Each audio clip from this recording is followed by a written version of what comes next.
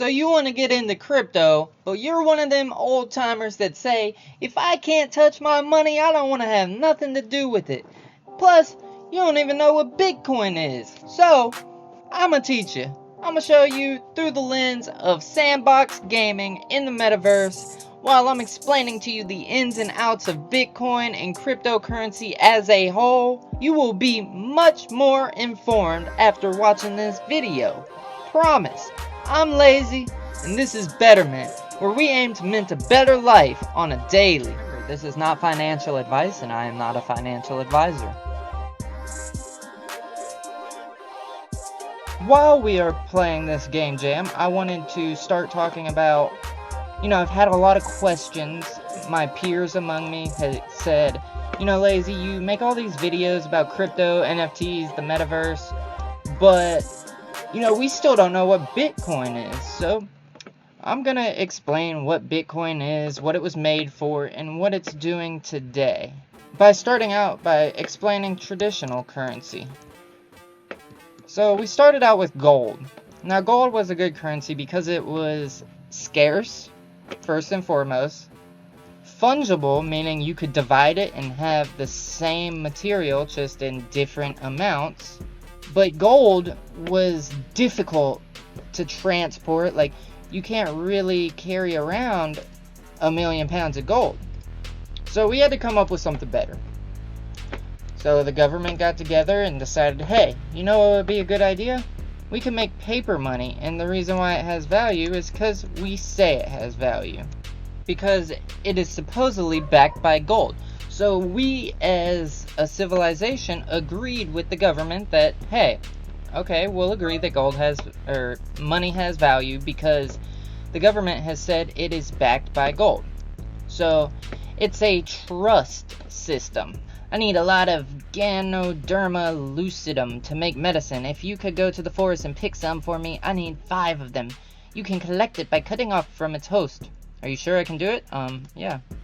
The Ganoderma lucidum are in the lakeside forest below the palace. From the wall, you will see a water wheel, which is near the Ganoderma lucidum grows.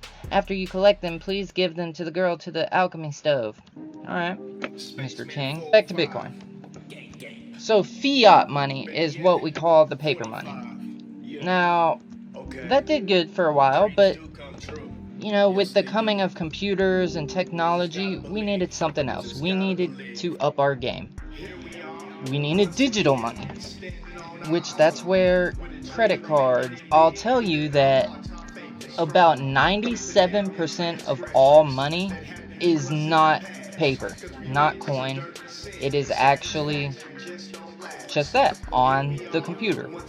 All of our money is on the computer, and we're fine with that. So the coming of Bitcoin really isn't a big shocker, alright? So this is credit and debit system, still in the control and centralization of the big banks. We don't like centralization. We don't like our money being controlled by the man. I don't anyway.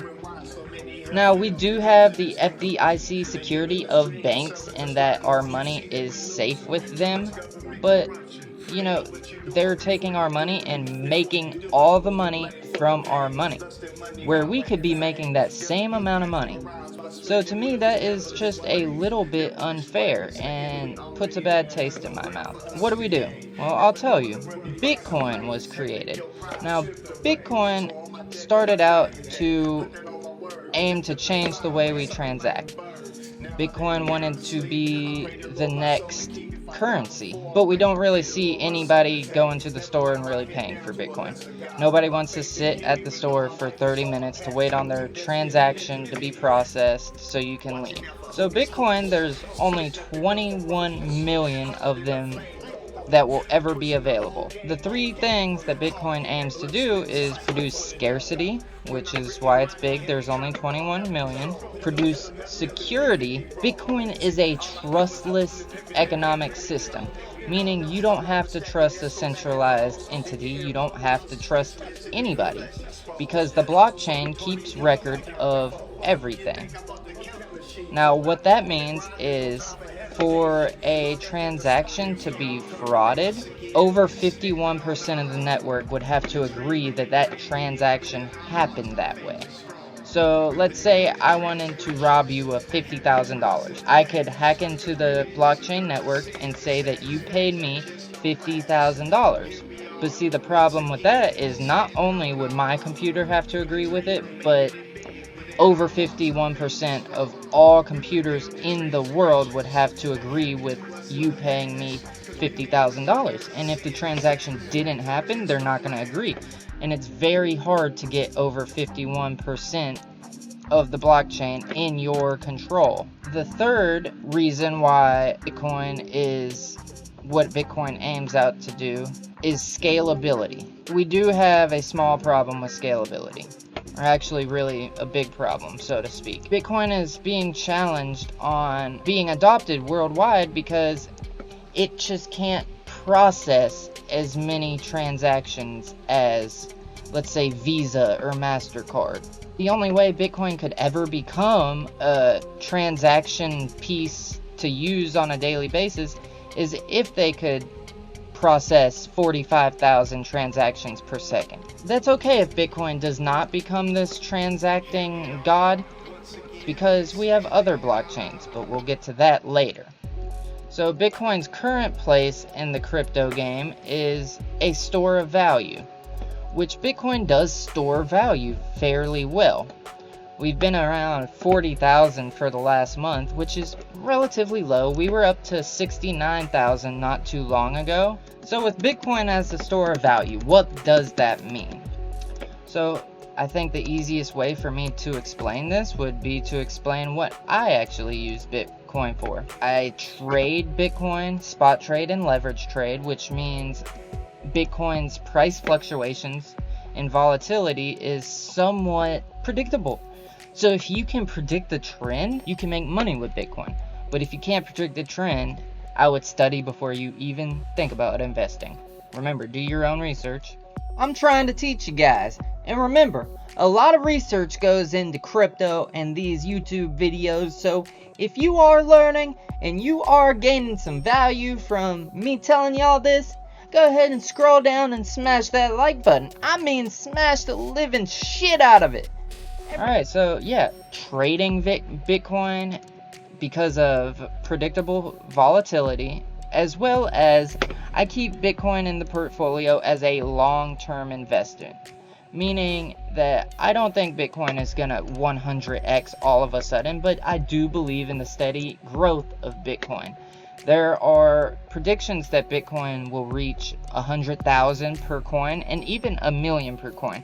Now, me, I don't know if that's true, but if you really think about it, at 21 million Bitcoins, it's more than possible that that could happen. Today is my dog's birthday. I am very happy to celebrate this jar of wine. I won't charge you, for he is a powerful dog. So long-term investment on Bitcoin. So I trade smaller altcoins, as in, let's say I believe a smaller company is gonna, come up and make a lot of money. I will go with that much quicker than Bitcoin. Because yes, Bitcoin is a good store of value, but that is just it. It's a store of value. It's not a quick buck. So anyone thinking that investing in Bitcoin will get them rich quick, that's just not how it happens. Nobody gets rich quick. And I repeat that. Nobody gets rich quick. You gotta put some skin in the game. But Layzee, you keep telling me all these projects are gonna make me money. Especially in crypto, I'll tell you, you're probably gonna lose money before you make anything. And that's just how the market rolls. Use the market as a guide of what you're doing right and what you're doing wrong. The market will tell you, and it's a direct correlation with how much money you're making or losing. Sandbox, for instance. Sandbox has its own token called Sand. You can stake it on the Sandbox site, and I have Sandbox staked because I believe in them as a company. That's basically what we're saying when we decide to buy crypto coins. It's like, hey, I see your company, I believe in your company, here's some money. we've invested in stocks for decades, all right? So, you know, a lot of people, one of the main arguments I get when it comes to crypto and should you invest or not is, well, I don't want to put my money in something that I can't see, I can't touch, I can't feel. And my answer is that, can you touch the money in your bank account? You can't. The stupidity is strong with this one. You can't touch it. Like, crypto is no different. In fact, it's better if you can't touch your money, because what do people do? People spend money. See, when I started out with crypto, it started as a way for me to save money. And then it's become a hobby. And then it's become a way to add income into my life. I'm diversifying my portfolio because of crypto. I used to be a stock thumper and I really didn't believe in crypto. But jump down the rabbit hole, guys. I'm telling you, it is worth it. There's nothing more rewarding than your first 20x or 30x or 100x if you're lucky. I have to remind myself to dumb it down a lot of the times. Wait, you mean it gets dumber than this? Shit. You know, we are still incredibly early with crypto, and the vast majority of people don't really understand what's going on in this space. You know, I'd love to have a community of people that I can talk to on a real basis, like, that know what's going on, but I'm not that lucky yet. So I have to teach people what's going on. So dumbing it down, you know, people may ask, oh, I saw that I could buy Bitcoin on Cash App. Okay, that's cool. I'm not going to tell you no, but I will tell you, buy Bitcoin to start out, and like maybe branch off, learn about crypto. Don't just take my word for things and invest blindly. That's gonna destroy the magic of what actually crypto is. Always something with these kings. They always want something, man, I tell you. So back to the magic of what is crypto. Crypto isn't just a vessel for financial freedom, which is actually one of the coolest things about crypto, but it is also a way for people to connect, a way for people to join something, a way to people to be part of something bigger than themselves. And as humans, we've always desired that. It's always been inherent in our DNA to be something bigger than we are. Why do you think we have legions, we have, you know, groups, Facebook groups, even gangs? It all comes from an innate desire to be part of something. And crypto and the decentralized autonomous organizations opens that door. There are tokens which are called DAO tokens. What that means, they're tokens for the decentralized autonomous organization. So with these tokens come voting rights. You can use your tokens to vote on decisions made by whichever DAO that you're in. Now, that goes to being a part of something. Another reason why NFTs have been so insanely successful is because they really captured that, the captivating force of people's innate desire to be part of something. Bored Ape Yacht Club, for example. Ape's worth $2 million. Why, you ask? Because if you own a Bored Ape Yacht Club NFT, you're part of the Bored Ape Yacht Clubs. That's bragging rights for a century, bro. Come on now. Immortality? Hell yeah. I can invest in crypto forever. Bet. Bored Ape Yacht Club. I'll use me as an example. I would give a kidney to be a Bored Ape Yacht Club owner. And that's because, looking at it, you know, objectively, I would like to be part of that. I would love to be part of the Bored Ape Yacht Club community. Current project I'm in now is called Block Party. It's every day that I get on Block Party and get on the Discord and talk to my friends on there, and I can call them friends because we have come to a point of understanding each other and having similar desires, as I was just talking to you about. Like, the crypto game is hard in the fact that there aren't a lot of people that are as obsessed with crypto as me. So this is where decentralized organizations really come into play. A community for people that seek a community that's not easily available. So Bored Ape Yacht Club was one of the first ones to really come up with that idea, and it paid off for him, and now everybody's sitting on their beautiful yacht clubs, and it's a beautiful thing, these yacht clubs, this world we live in with Bitcoin, Ethereum. Even if you don't know the implications of what it really means, it's hard to say it's not beautiful.